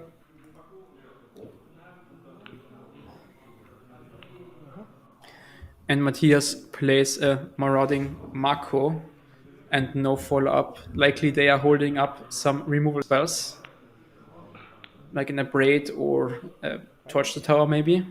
And we see the Crouching Relic from Sebastian drawing a card, trying to attack for 2 with the Gear Drake, but Matthias has the Abrade. And they get to kill the Gear Drake, destroy the artifact. So Sebastian was thinking about torching the Mako to exile it and get the Scribe with the bargain, but maybe Sebastian wants to sacrifice the Cryogen Relic instead to draw more cards. Yep.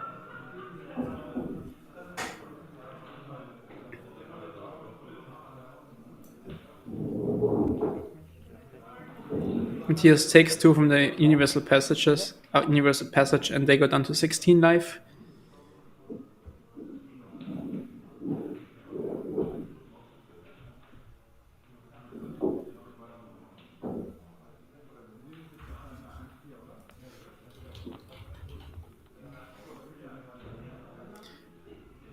And here we see a hard cast Vivi, not discarding it, instead just running it out there, which I think is a fine strategy against the control decks or more controlish decks like this Artifacts deck.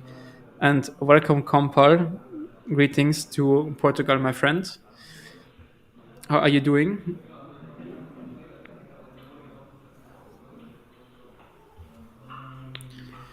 Chainsaw enters the battlefield, trying to deal, I think, 3 damage to the VV.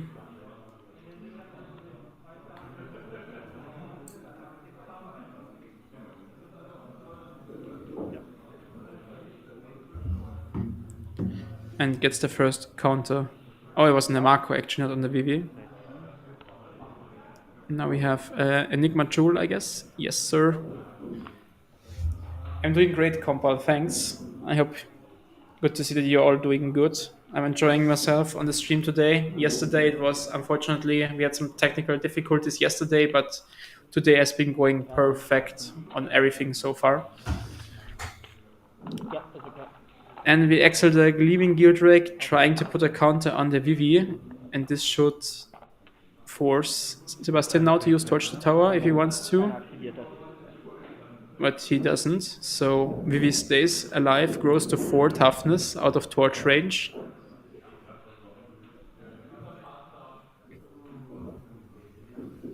Maybe he wants to go double up on Torch and Legion Extruder for the next turn, which I saw in his hand.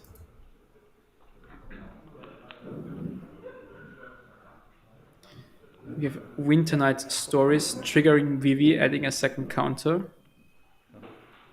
And Matthias, they will draw 3 cards.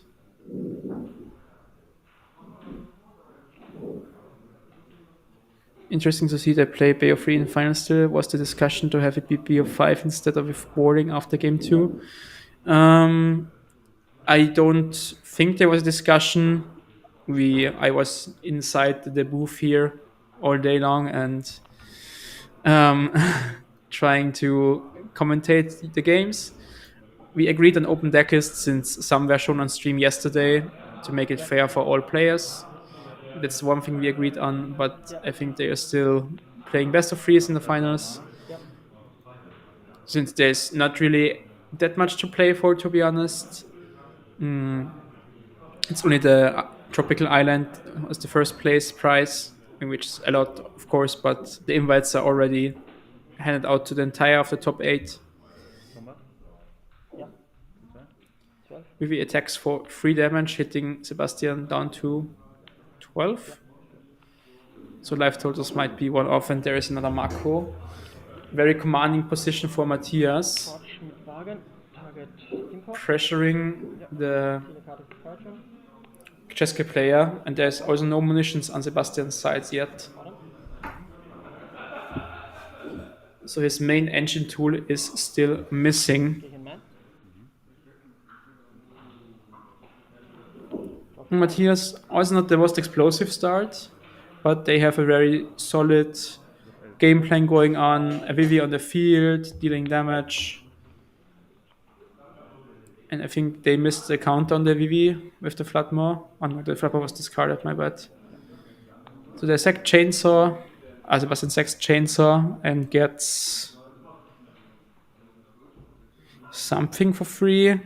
I guess the Oblivion Ring, the Perilous Snare. Yep, there it is. Targeting the Vivi. Speed ist 1. And speed is 1. And here we have Flatmore in response, bouncing it so the Vivi doesn't leave the battlefield and simply grows for 1 more counter. Up to 4 now. And that's the new wording if you return these cards to their owner's hand, they won't even exile the cards. So back with the original O-ring printing, if you bounced O-ring in response to the ETB trigger, Vivi would have be gone forever. But now, thanks to the rule change, mostly the wording change, everything in like 1 sentence. If you bounce the Oblivion Ring in response to the ETB trigger, it will no longer exile anything, and the Vivi will keep all its counters on it. Ja. Matthias warping a Quantum Riddler, drawing 2 cards already.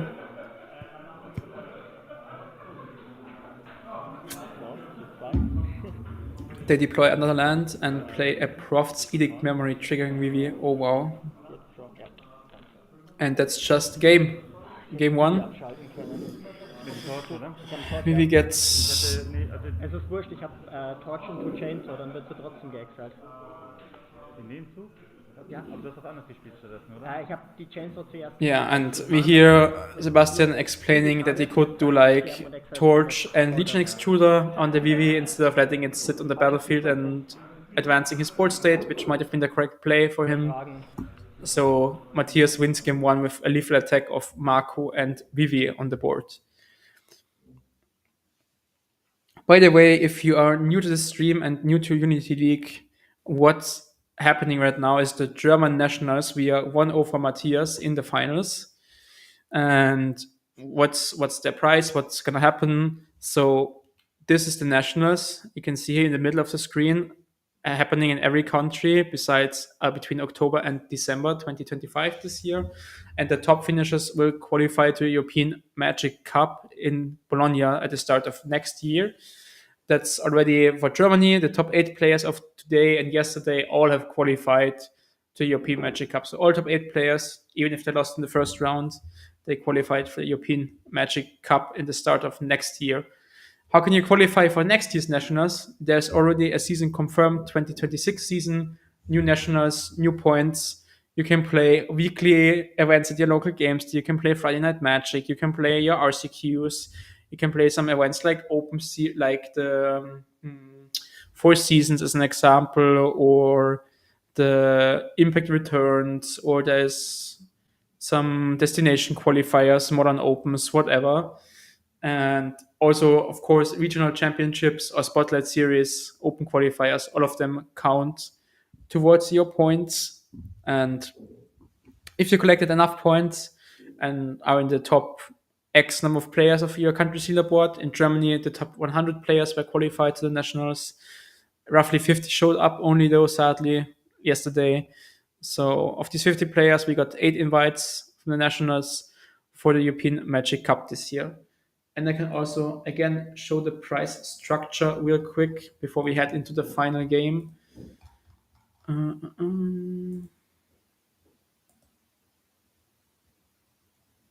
Let's go my events and the nationals.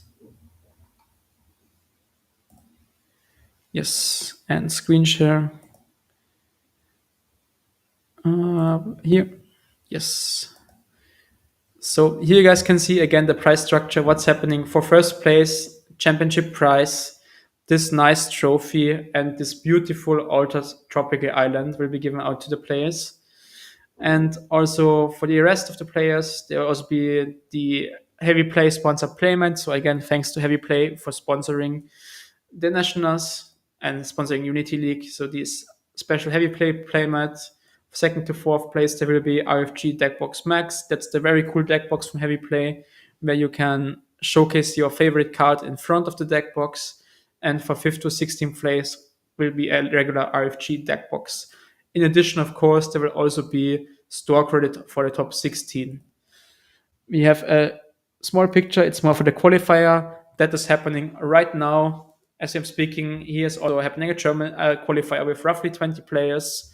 First place also gets an invite to European Magic Cup and gets a smaller trophy. Also the ETP playmat from Heavy Play. First to fourth place into this qualifier. Get the Flood Strand altered sleeve.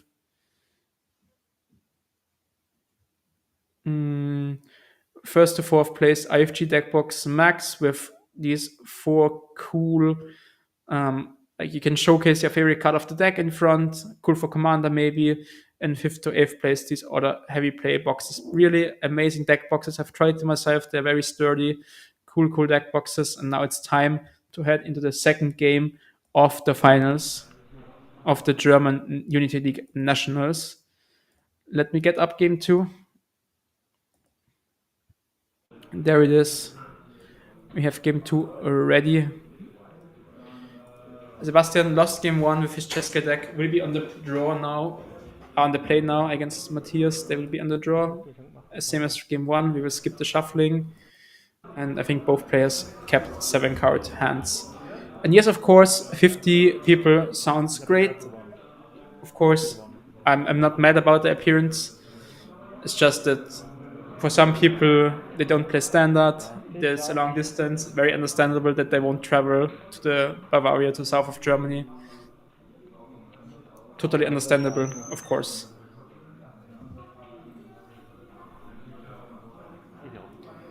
Both players keeping their 7-card hands, and Sebastian leads off with a blue-red Verge again. Matthias, they have the island ready. And there is the keycard weapons. Oh, blowout already in the final spy. I think it's a one-off spell pierce. Yes, Matthias has their one-off spell pierce to get rid of the weapons manufacturing on the draw, discarding a Verge with the FOMO, and drawing a new card.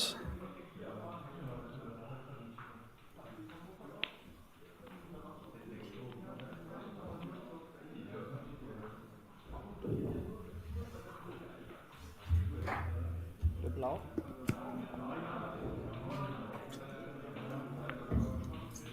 Sebastian taking 1 damage for blue mana, since the Verge Blues is red and the other Verge Blues is white, to play Cryogen Relic. Casting a Duskos Relic, sacrificing the Relic to draw a 2nd card, and exiting the FOMO. I'm gonna close the door of the room. I will be back in 1 second. I forgot to close it.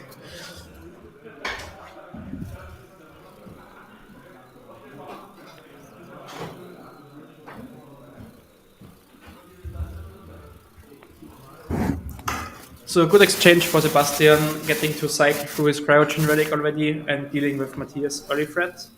And I think I saw a United Battlefront in his hand, so he can slam that one on turn 4 if he has an untapped land, which I think he does, but he decides to play a Tezzeret instead. Minus, looking for a 1 CMC artifact. What will it be? A Ghost Vacuum. Okay. So we get Ghost Vacuum trying to negate the effect of Soul Cauldron when Matthias tries to exile something from Sebastian's or their graveyard, then Sebastian can always go for Ghost Vacuum the same card in response. Also kannst du auch Munition nehmen. But of course there are ways to remove the Ghost Vacuum. Ja, Background Noise gerade. Aha.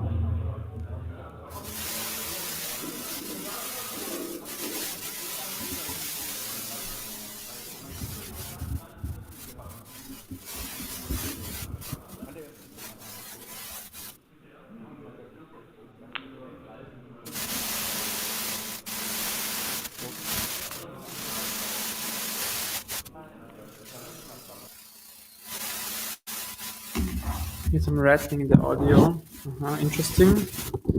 Give me 1 second to fix it.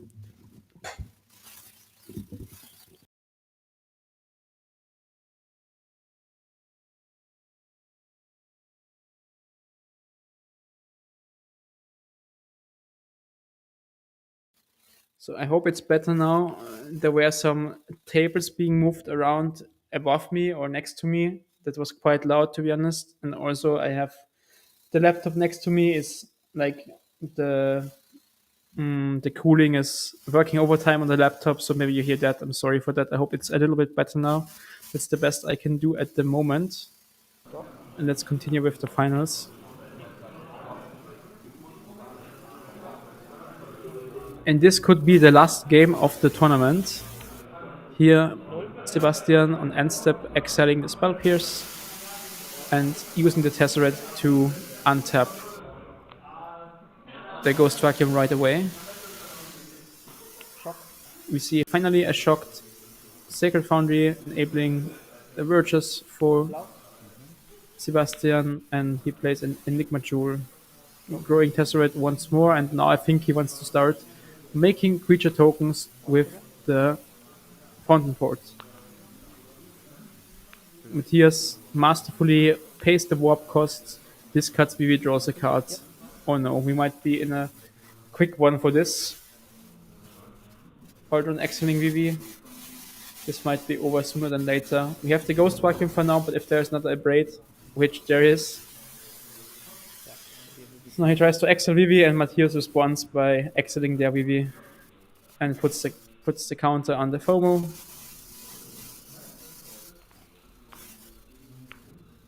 And this is a pretty good looking spot for Matthias. They can make 3 mana with the FOMO now, cast Winter Night Stories, drawing 3 cards. And maybe Sebastian's play was a little bit too scared, not running out the United Battlefront, instead of trying to go for the Fountain Pot activation simply. But yeah, having 2 upgrades from Matthias was great for them for sure. I think they play 2 main deck, and that's it, just the 2 main deck upgrades. Wow. There's no sideboard upgrades for Matthias. And FOMO gets in with Delirium, attacking twice. Sebastian thinks about creating a fish to block now, I think, and decides to take 1 from the fish instead of 3 from the FOMO. So I'm not sure if I like this patience not playing the United Battlefront. Another Shockland, now 6 mana, ready to play the United Battlefront, playing around another Spell Pierce, but we know there's only 1 in the land, in the mana base. Only 1 in the sideboard, I mean, not in the mana base, that makes no sense. So United Battlefront resolves, and we get maybe weapons manufacturing finally for the first time in this final. We get to see the weapons manufacturing. Looks like there's an annul, which we can take since it's an instant. I see at least 1 land. I also think it's a second copy of Tezzeret, if I'm not wrong. Let's see what Sebastian decides for. He decides on, I think, Legion Extruder and Repurposing Bay. Oh, the blue card for sure is the Repurposing Bay, and is there a player list? The player list will be uploaded on Unity League as soon as we finish it with the finals, so it might be uploaded already by now, for all the players. The results. Red is Legion Extruder, yep.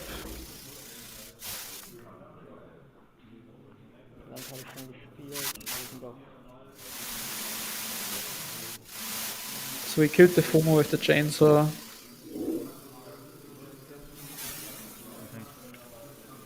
Yeah, there's Legion Extruder, exactly. So we can turn the chainsaw into a golem if we want to in the end step. I think now you're more likely to kill the creatures with the to sacrifice the artifacts with the Repurposing Bay and instead of making golems. But let's see. We have Croft's Edict Memory and drawing 1 card. Let's see if Matthias can follow up, if they can follow up with another creature to put counters on. But just a pass, no counters from the Crofts. And Sebastian actually decides to make a golem, and we see. Sorry, ja. Hast du gerade ein Sideboard gelegt? In the transcription. Floodmar bouncing, Repurposing Bay. That means Matthias likely have an Annul in their hand, countering the Repurposing Bay again. Guter Tipp. Sebastian instantly attacking for 4 damage, not trying to attack, and not trying to draw a card. And we have the Annul here for Matthias. And there is Perilous Snare, trying to get rid of the Cauldron. But I think there is a second Vivi in the graveyard, if I'm not mistaken.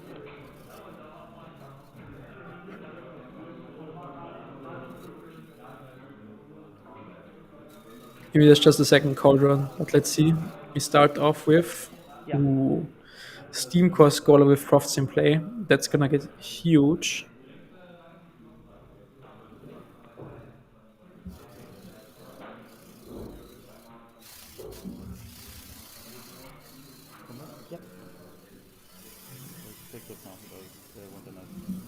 Matthias decides to think about what they want to do with the mana. Maybe they want to flashback their Winternet Stories and take 4 more damage.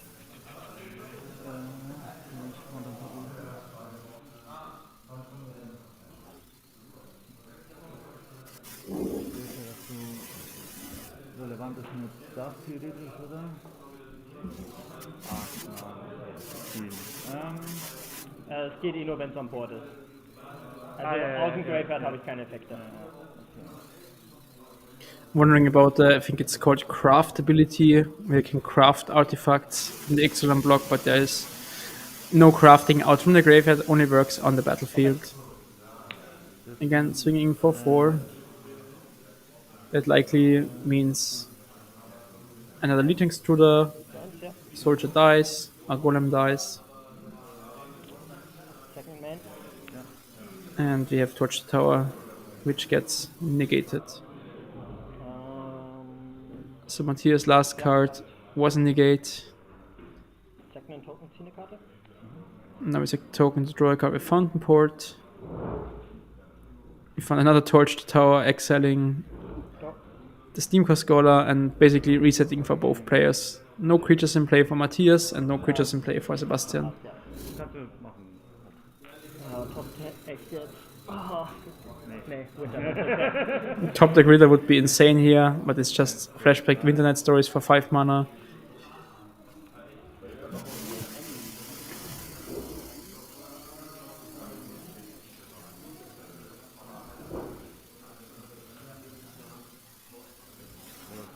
Discarding Profits and another Winter Night Stories. Keeps a land and a Marco. Okay, back on track. Oh, Marco gets the counter from the Profits. I was like thinking, how does the Marco get counters from the discard? But instead it's from the Profits, of course. And only an Enigma Jewel for Matthias. For Sebastian, my bad. Let me see what the Enigma Jewel exactly does. You need to craft with 4 or more non-land permanents with activated abilities, and this costs 9 mana. What does he have in the graveyard? Nice. Also Sebastian taking a read on his backside card, so this was not really a plan he ever thought to come up with. Dann war mein Zug, oder? Ja. Ich habe gleich noch nicht gezogen. Yeah, I also think the Vivi was under the cauldron, or below the cauldron, the second Vivi. Das war getappt, ja. Ja. Das ist wichtig. So Matthias draws. Yeah. Ooh, back-to-back Winter Night Stories. 3 cards drawn with Profits, discarding a single Steamcore Scholar. Maybe not. Still thinking. Eine alte Frau braucht drüben.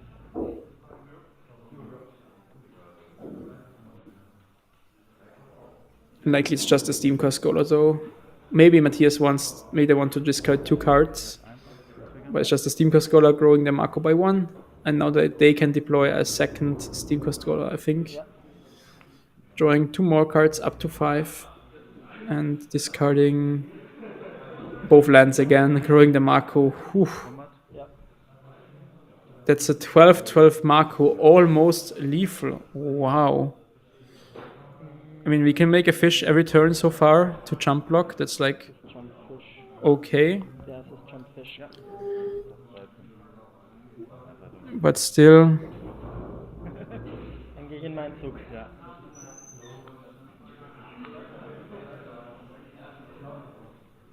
Boah.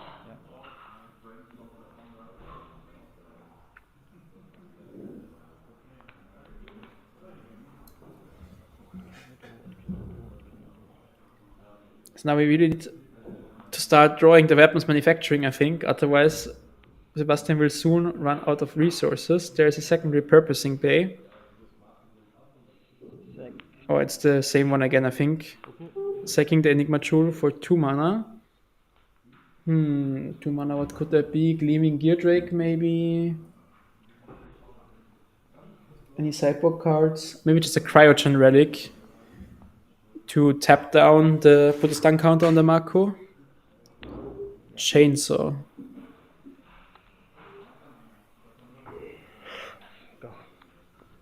I mean, sure, you're kind of saying, okay, I can make a fish every turn. So you have like, could just be Chainsaw. Yeah, it was just Chainsaw. I mean, the Chainsaw should have a counter, but I don't think it matters. We also have the Fountain Port to make a fish every turn, so not needed to like find an answer for the Marco right now. we can chill a little bit and see what's coming up. Another full 5 mana flashback Midnight Stories for Matthias. What will they find? I think 2 cauldrons already gone and 1 VV, maybe 2. They just got FOMO Crow. The Marco again. 3 more counters getting fetched to put on the profts. And here comes a Soul Cauldron. Targeting Vivi. That's 14 Mana of the Marco now. Du hast alles Mana, das du haben möchtest. Now would be time for a Riddler, I guess. There is another Midnight Stories in the graveyard, I think. We get more dice for the mana. Blue, white. Okay, so blue and red, I guess. Oh, super. Danke. Yeah. Sebastian helping us out with his land snapshots. 5 Rot, 9 Blau. Ja.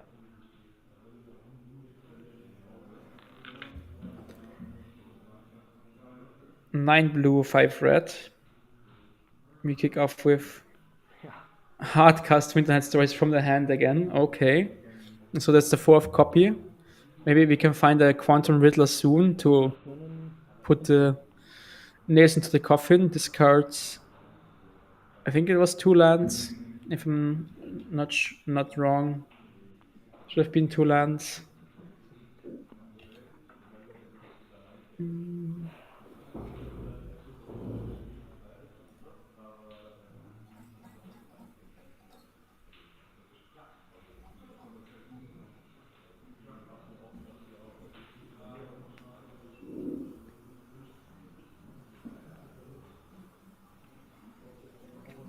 Me flashback the 3rd Midnight Stories this turn, or like harmonize it without tapping. Leaves it at 7 mana. So still can cast the Riddler.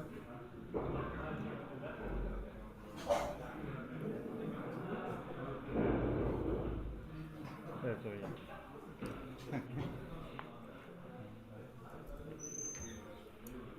And the board is just growing and growing. 9 counters on the profits already. There is a second Marco ready to put more counters on it.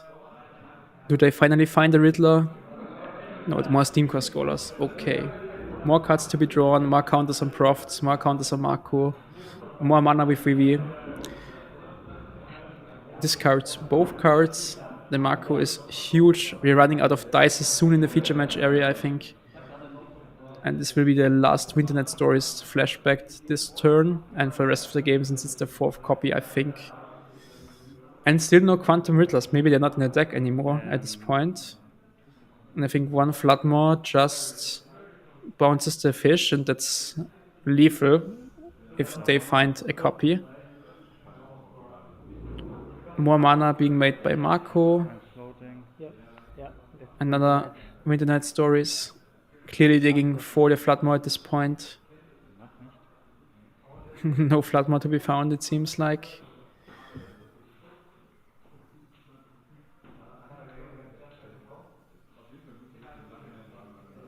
I think I see 1 more Marco in hand. Matthias not showing us what he has drawn of his Winternight Stories. Discards 1 Marco, keeps 2 cards. And a 10th count on the profit, so an 11 counter even. 1 mana for 2 mana. Is it FOMO, I guess? Yes. So that should seal the deal next turn if we get 1 more untap step. Discarding profits, drawing a new card. So Matthias, if they get to untap with this board stat next turn, it's lethal for sure. Yep. There's nothing Sebastian can do besides making a fish this turn to jump block. Yes, goes to 14, makes the fish. And no cards in hand for Sebastian. This has to be Ultima, I guess, which is not in his deck list, so He draws and finds Gear Drake. This at least can make a clue token. You can draw one more card, but I don't think there's any outs left in the deck. Cracks the clue. Or doesn't crack the clue. Or he sacks the clue. Interesting. And this gets, I guess, Duskro's Reliquary with the Repurposing Bay to get rid of the big Marco. Okay. No, he decides against it. It's the Scholar, so he removes the flying threat, but still with FOMO attacking. I mean, I guess there are 2 blockers now for the Marco, so Matthias needs to draw at least. You need to draw at least one more way to pump another creature to have lethal. Keine Handkarten. And Matthias draws. It's the Floodmaw, that's GG's. Also wir können warten. Yeah, now the players are going through the motions. They attack with all creatures, FOMO targeting the Marco. Den Marco. Marco untaps. Sebastian reaches for his Fountain Port. Hier, der ist riesig. Counting damage, double checking everything. Kind of slow rolling at this point. I mean, I would also be sad if I just realized, oh, I lost the finals, so takes a little bit Ja, to du hast noch das. Ich kann noch einen 3-3 get that emotion going, makes a golem, and then still Flapmos the golem. And there's the handshake. Congrats to Matthias for winning the German Nationals. Very well done. Masterful final. Crazy, crazy games of the Marco. The VV deck shows its power. And he is already here, or they are already here, sorry, in the room with me. So please feel free to join for an interview.